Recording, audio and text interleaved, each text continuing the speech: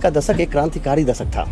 उस दशक में जो समाज के सबसे नीचे पहले पे लोग थे वो ऊपर आए, उनको अपने अधिकार मांगने का साहस मिला। आज के समय में पटना में बोरिंग रोड पे गोली नहीं चलता है क्या? आज गुंडाराज करने का हिम्मत है किसी को? रोड पे चौराहे में दिन दहाड़े गोली चलती है, तो क्या ये मंगलराज का द्योतक है? क्रांतिकारी समय था जब समाज में सबसे नीचे तबके के लोग ऊपर आए, दलित ने अपने अधिकार को मांगे, अति पिछड़े वर्ग ने अधिकार मांगे। बिहार मतलब नीतीश कुमार, तो अगर नीतीश कुमार नहीं तो कौन? वर्तमान सरकार है, उन्होंने विकास को एक माखोल बनाया है। 17 महीने की सरकार जब बनी थी, आप अगर उस समय के कार्यकाल को देखेंगे, स्वास्थ्य के ख्याल से ऐतिहासिक काम किया गया था। सरकार है, ये पॉपुलर मैंडेट की सरकार नहीं है, पॉपुलर मैंडेट की सरकार बिल्कुल नहीं है, ये एक समीकरण की सरकार है। जनता बिल्कुल बदलाव चाह रही है और एक बड़े मैंडेट के साथ बदलाव चाहती है। नीतीश कुमार कर क्या रहे हैं? आप वृद्धा पेंशन को 400 से 1100 करते हैं 20 साल बाद। हमारे घोषणा पत्र में नेता प्रतिपक्ष ने बोला है कि 1500 रुपये करेंगे, तो आप चुनाव से पहले करते हैं। शर्म होनी चाहिए थोड़ी कि 20 साल लोगों ने दर्द झेला है, 20 साल तक आपने लोगों को दर्द दिया है वो 400 रुपये का, और आज जब चुनाव का वक्त आया आपको लगने लगा कि आपकी सरकार जा रही है तो आप लुभावने नारे दे रहे हैं। नोटबंदी इस तरह से हुआ था जिससे उद्योग धंधे को चौपट हुए थे, उसी तरह से ये वोटबंदी है। चुनाव आयोग बिल्कुल ही अभी निष्पक्ष नहीं रही है, चुनाव आयोग बिल्कुल बीजेपी के इशारे पे चल रही है। आप इस बात को समझिए, आपको यही काम करना था तो आप 2024 का लोकसभा चुनाव कैसे किए इसी मतदाता सूची पे? 2024 की सरकार बनी है और उसको आप नहीं मान रहे मतदाता सूची को, तो वो सरकार फ्रॉड है आपका। ये आपका सिस्टमेटिक फेल्यूर है कि आप बॉर्डर से घुसपैठी आ गए, आपकी जिम्मेदारी है सीमा की सुरक्षा। बॉर्डर सिक्योरिटी क्या स्टेट का मामला है या सेंटर का मामला है? बॉर्डर सिक्योरिटी किन का मामला है? सेंटर। अगर आपके पास इन्फ्लेटर्स घुसे हैं, घुसपैठी आए हैं बिहार में, तो किसका फेल्योर है? क्या ये स्टेट गवर्नमेंट का फेल्योर है या सेंटर का फेल्योर है? आधार कार्ड की बात करते हैं, आधार कार्ड स्टेट गवर्नमेंट बनाता है? कैसे आधार कार्ड बना उनका?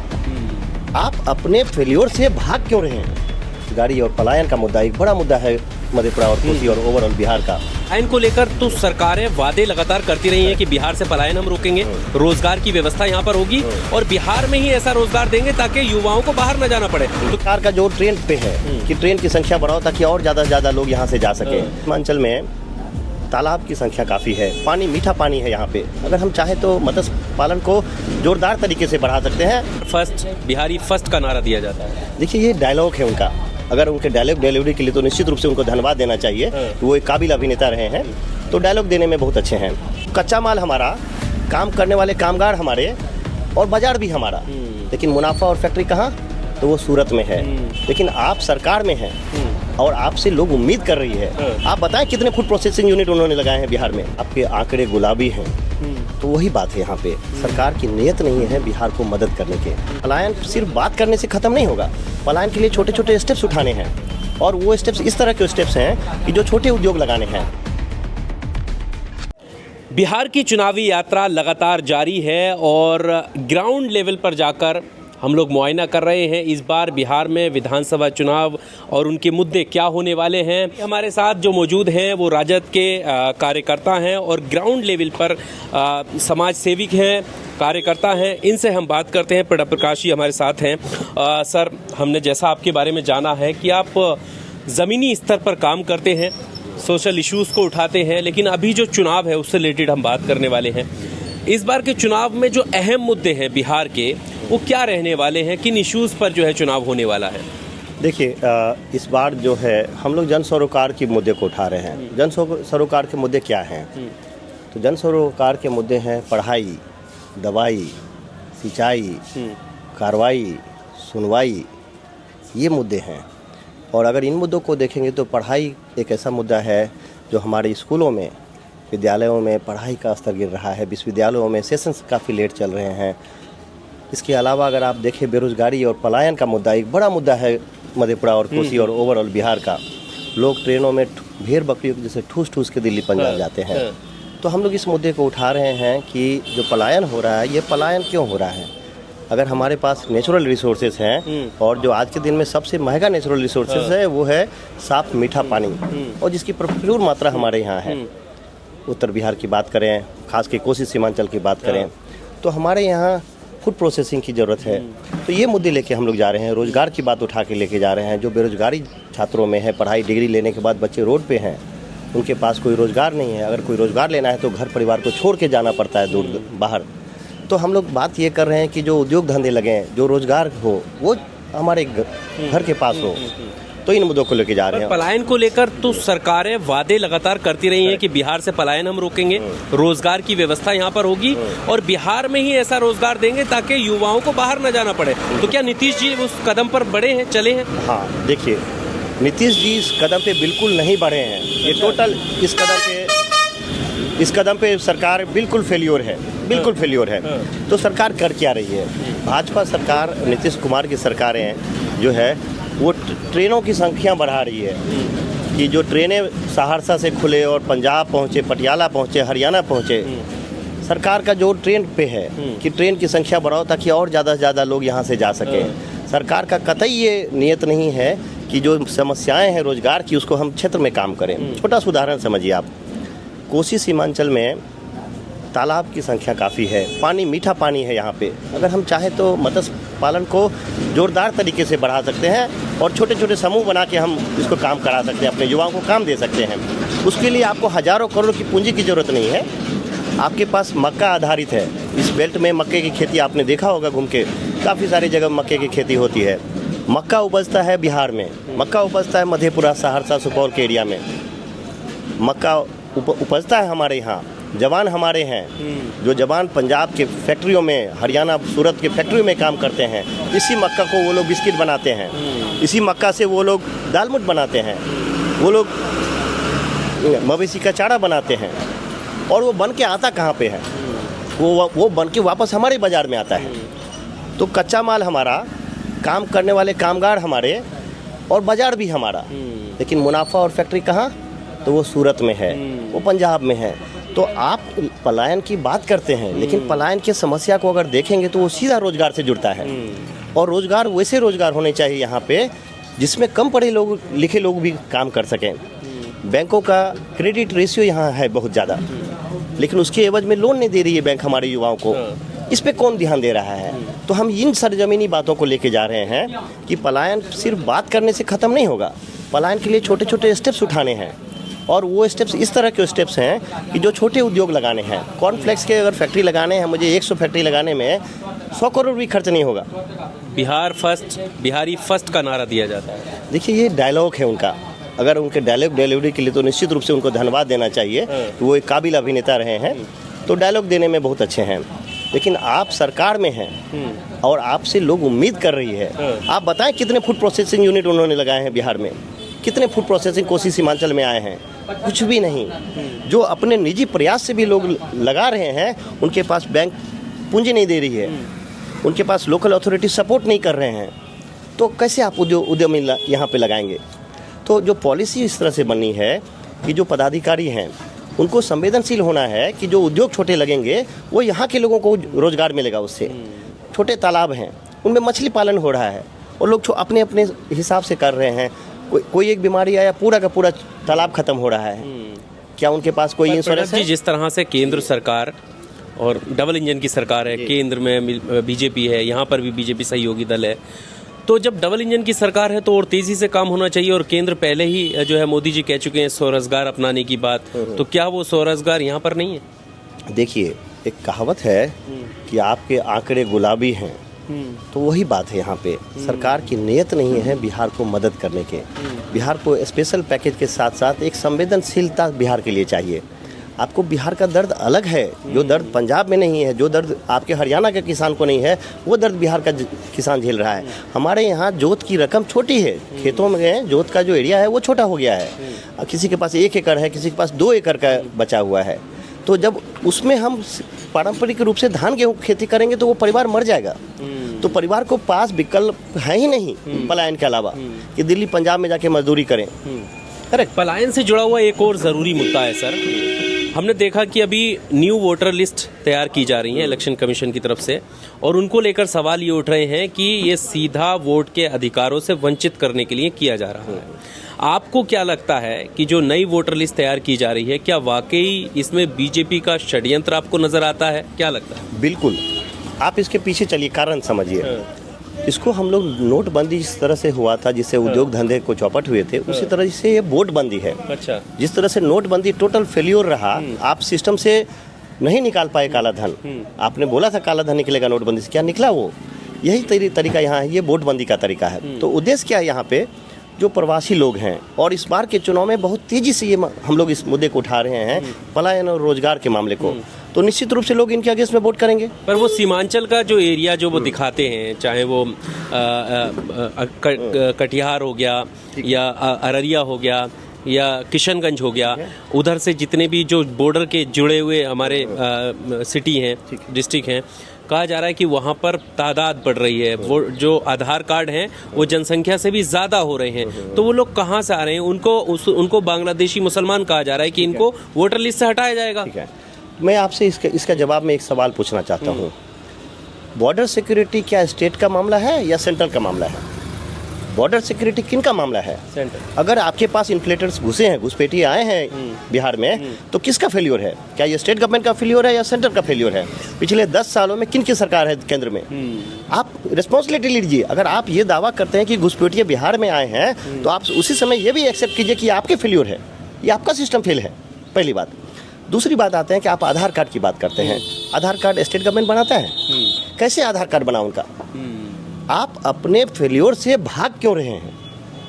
ये आपका सिस्टमेटिक फेल्योर है कि आप बॉर्डर से घुसपैठिए आ गए, आपकी जिम्मेदारी है सीमा की सुरक्षा। आप आधार कार्ड बनाते हैं, स्टेट गवर्नमेंट नहीं बनाती है, आपके रिसोर्सेज बनाते हैं। उनका ये आरोप है ना कि अगर अब हम निकालना चाह रहे हैं उन्हें, तो इनका कलेजे में दर्द क्यों हो रहा है? ये क्यों समर्थन चाहते हैं उन लोगों का? हाँ, देखिए, उद्देश्य समझिए आप। पिछली बार जब वोटर्स का जो मतदाता सूची का पुनरीक्षण किया गया था 2003 में, 2 साल लगे थे सरकार। आप कराइए, हम उसके विपक्ष में नहीं हैं, लेकिन आप समय देखिएगा ना कब कराना है। बिहार में लोग 30% लोग प्रवासी हैं, वो घर आते हैं होली, दिवाली, दशहरे में, छठ में वो घर आते हैं। आप उस समय कराइए तो आपको लोग मिलेंगे घर पे। ये घुसपैठिया का मामला एक बहाना है, एक बड़े। क्या आपको लगता है कि ऐसे लोग हैं?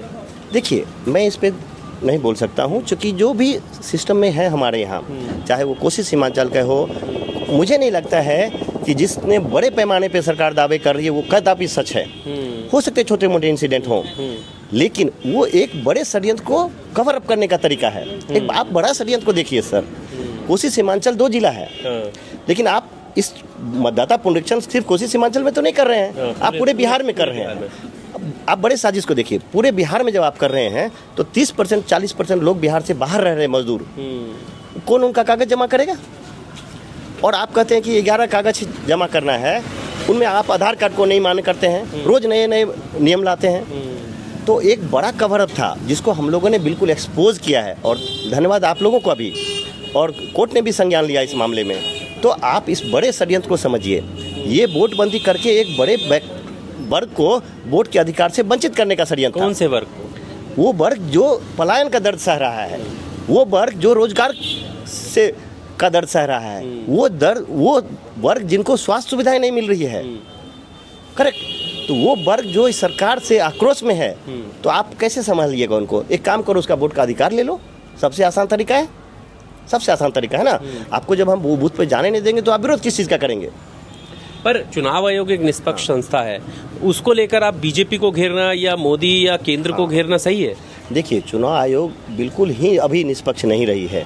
हम लोगों ने चुनाव आयोग के विरोध में चक्का जाम का कार्यक्रम किया है। तो चुनाव आयोग बिल्कुल बीजेपी के इशारे पे चल रही है, आप इस बात को समझिए। आपको यही काम करना था, तो आप 2024 का लोकसभा चुनाव कैसे किए इसी मतदाता सूची पे? अगर 2024 की सरकार बनी है और उसको आप नहीं मान रहे मतदाता सूची को, तो वो सरकार फ्रॉड है आपका। कह रहे ना, समय के हिसाब से अपडेट होती है ना चीजें। अब आप कहोगे कि उससे पहले कैसे सरकार चल रही है? नहीं बता रहे हैं, अब अपडेट होती है। आपके पास क्या है कि जो नए वोटर्स ऐड हुए, जो 18 साल प्राप्त किए, आपको उनको ऐड करना है। जो पुराने लोग जो गुजर रहे हैं, जो जिनका देहांत हो गया, उनका नाम काटना है।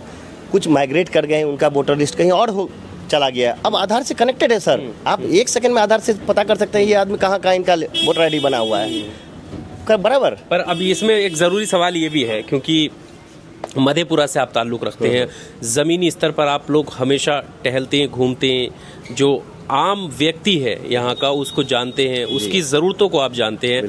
तो अभी जब चुनाव आ रहा है तो यहाँ मधेपुरा का जो सिटीजन्स है, नागरिक है, वो क्या सोच रहा है, किन मुद्दों को वो देखना चाहता है और उनके सामने कौन से मुद्दे रखे जा रहे हैं? अगर विकास की बात करें तो कौन सी सरकार में विकास जो है वो उसका स्तर बढ़ा है, मधेपुरा में देखा गया है और किसने नज़रअंदाज किया? बिल्कुल, जो वर्तमान सरकार है उन्होंने विकास को एक माखोल बनाया है। माखोल बनाया। मैं आपको उदाहरण के साथ बताता हूँ। मधेपुरा में 10 साल के बाद एक मेडिकल कॉलेज की स्थापना होती है। 10 साल पहले अनाउंसमेंट होता है, 10-12 साल लगते हैं मेडिकल कॉलेज को बनने में। 700 करोड़ से ज़्यादा का खर्च है मेडिकल कॉलेज पे, और वो आज के दिन में हाथी का दांत बना हुआ है। वो एक रेफरल हॉस्पिटल के रूप में बिहेव कर रहा है कि refer to Patna, refer to Darbhanga. आप मेडिकल कॉलेज को आप जाके देखिए, अगर कोई स्वस्थ व्यक्ति जाना नहीं चाहता उस मेडिकल कॉलेज में डर से, अगर कोई बीमार पड़ रहा है, मेरे सगे समझ बीमार पड़ते हैं, हम लोग डरते हैं मेडिकल कॉलेज में ले जाने के। आपको ऑक्सीजन की सुविधा नहीं है। बीच में तो स्वास्थ्य मंत्री और भी थे। हाँ, 17 महीने की सरकार जब बनी थी, आप अगर उस समय के कार्यकाल को देखेंगे, स्वास्थ्य के ख्याल से ऐतिहासिक काम किया गया था। जितने सदर अस्पतालों को आप देखेंगे, जो व्यवस्था हुआ था, बेड का व्यवस्था, डॉक्टर्स को चुस्त दुरुस्त करना, माननीय तेजस्वी जी ने कई सारे डॉक्टर्स को ट्रांसफ़र किया, उनको बर्खास्त किया, ये सब ऑन रिकॉर्ड है। तो आप अगर मेडिकल सर्विसेज को इम्प्रूव करना चाहते हैं तो वो सबके जीवन को प्रभावित करता है, और मधेपुरा को लोग डिजर्व करता है एक बढ़िया हेल्थ सर्विसेज, राइट। तो ये जो है मेडिकल कॉलेज, जो स्वास्थ्य उपकेंद्र बने हैं नए, आपको मालूम है गम्हरिया में एक उपकेंद्र है जहाँ पे ड्रेसर नहीं है उपलब्ध। जो आपको घाव होता है, ड्रेसिंग करने के लिए एक सिक्योरिटी गार्ड ड्रेसिंग करता है वहाँ पे, आप जाके पूछ सकते हैं ये चीज़। एक आम सवाल और ज़रूरी सवाल ये भी है कि जब भी पिछले कार्यकाल सरकारों के रहे लालू प्रसाद यादव जी का कार्यकाल, तो उसको गुंडा राज से कंपेयर किया जाता है, और अभी सुशासन नीतीश जी का कहा जाता है। आप इसको कैसे देखते हैं? आपने बहुत अच्छा सवाल किया है, मुझे आपको धन्यवाद देना चाहिए इस सवाल के लिए। देखिए, जिस शासनकाल को गुंडा राज का शासन कहा जा रहा है, आप उसके परिप्रेक्ष्य में चलिए। 90 का दशक बिहार का एक अलग माहौल था। वो माहौल था जहाँ लोग को बूथ पे जाने नहीं दिया जाता था। कमज़ोर लोगों को, जो दबे पिछड़े लोग थे, उनको बूथ तक जाने नहीं दिया जाता था। तो 90 का दशक एक क्रांतिकारी दशक था। उस दशक में जो समाज के सबसे नीचे पहले पे लोग थे वो ऊपर आए, उनको अपने अधिकार मांगने का साहस मिला उस कालखंड में। तो उस कालखंड में एक साजिश के तहत उसको बदनाम किया गया गुंडा राज कह करके। क्या आज के समय में पटना में बोरिंग रोड पे गोली नहीं चलता है? क्या आज गुंडा राज कहने का हिम्मत है किसी को? आप बोलिए, नेता से पूछिए, पटना में खेमका हम एक प्रसिद्ध उद्योगपति का हत्या होता है, 100 मीटर से भी कम पे पुलिस स्टेशन है, बोरिंग रोड पे चौराहे में दिन दहाड़े गोली चलती है। तो क्या ये मंगल राज का द्योतक है? तो पैमाना मत बदलिए, पैमाना सेम रखिए। वो एक क्रांतिकारी समय था जब समाज में सबसे नीचे तबके के लोग ऊपर आए। दलित ने अपने अधिकार को मांगे, अति पिछड़े वर्ग ने अधिकार मांगे, और उसी 90 का दशक का ये परिणाम है कि आप आज किसी भी विश्वविद्यालय में जाइए, आपको ओबीसी के, दलित के, माइनॉरिटी के बच्चे भर भर के मिलेंगे। तो वो कैसे आ गए यहाँ पे? उसी 90s में जो परिवर्तन आया, जो अगली पीढ़ी तैयार हुई, अगली नस्ल बनी, उनमें पिछले नस्ल से ज़्यादा हिम्मत है और वो अपना अधिकार मांग रहे हैं। आज अगर आप कट ऑफ की बात करिए, ईबीसी जो नया रिजर्वेशन बना और ओबीसी के रिजर्वेशन में 1-2 नंबर का फर्क पड़ता है। कई जगह तो ओबीसी का कट ऑफ ईबीसी से 2 नंबर 5 नंबर ऊपर रहता है। ये तथ्य है, ऑन रिकॉर्ड में बात कर रहा हूँ। एक आखिरी सवाल, लोग जाते जाते कि अभी ये कहा जाता है कि बिहार मतलब नीतीश कुमार, तो अगर नीतीश कुमार नहीं तो कौन? तो अब इस चुनाव में क्या जनता विकल्प है? हाँ, देखिए, आपने जो बोला कि बिहार मतलब नीतीश कुमार, आप समझिए इस बात को, ये जो सरकार है ये पॉपुलर मैंडेट की सरकार नहीं है। पॉपुलर मैंडेट की सरकार बिल्कुल नहीं है। ये एक समीकरण की सरकार है। नीतीश कुमार को हम लोग जो पलटू राम समीकरण उनके साथ फिट बैठते हैं। एग्जैक्टली, समीकरण फिट नहीं बैठता है, वो समीकरण के हिसाब से फिट बैठते हैं। वो अपने हिसाब से समीकरण फिट बैठते हैं, और इसीलिए उनको राज्य में पलटू राम के नाम से पूरे राज्य में जाना जाता है और पूरे देश में लोग। अभी क्या जनता सोच रही है? देखिए, जनता बिल्कुल बदलाव चाह रही है, और एक बड़े मैंडेट के साथ बदलाव चाहती है।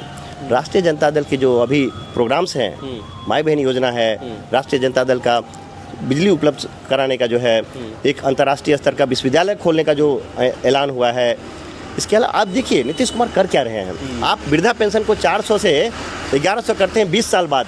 क्यों करते हैं 20 साल बाद? क्योंकि हमारे घोषणा पत्र में नेता प्रतिपक्ष ने बोला है कि 1500 रुपये करेंगे, तो आप चुनाव से पहले करते हैं। शर्म होनी चाहिए थोड़ी कि 20 साल लोगों ने दर्द झेला है, 20 साल तक आपने लोगों को दर्द दिया है, वो 400 रुपये का और आज जब चुनाव का वक्त आया, आपको लगने लगा कि आपकी सरकार जा रही है, तो आप लुभावने नारे दे रहे हैं 1100 रुपये का हम करते हैं। भाई थोड़ा शर्म करिए। जो चावल 10 रुपये का था आज 50 रुपये का चावल हो गया है। जो पेट्रोल 10 गुना दाम बढ़ा है, हर चीज़ का दाम बढ़ा है पिछले 20 साल में, और आप 400 रुपये का वृद्धा पेंशन लेके लोगों को टॉर्चर किए हैं। ये अमानवीय हरकत था और लोग जान चुके हैं और उसके विरोध में लोग काम कर रहे हैं और लोग वोट देंगे इस बार। चलिए, बहुत शुक्रिया प्रणब जी हमारे साथ बात करने के लिए। बिहार के चुनाव पर लगातार हम बात कर रहे थे, सोशल इश्यूज उठा रहे थे कि इस बार चुनाव जो है किन मुद्दों पर होने वाला है। इस पूरे इंटरव्यू को लेकर आपका क्या कहना है, कमेंट बॉक्स पर अपनी राय ज़रूर दीजिएगा। शुक्रिया।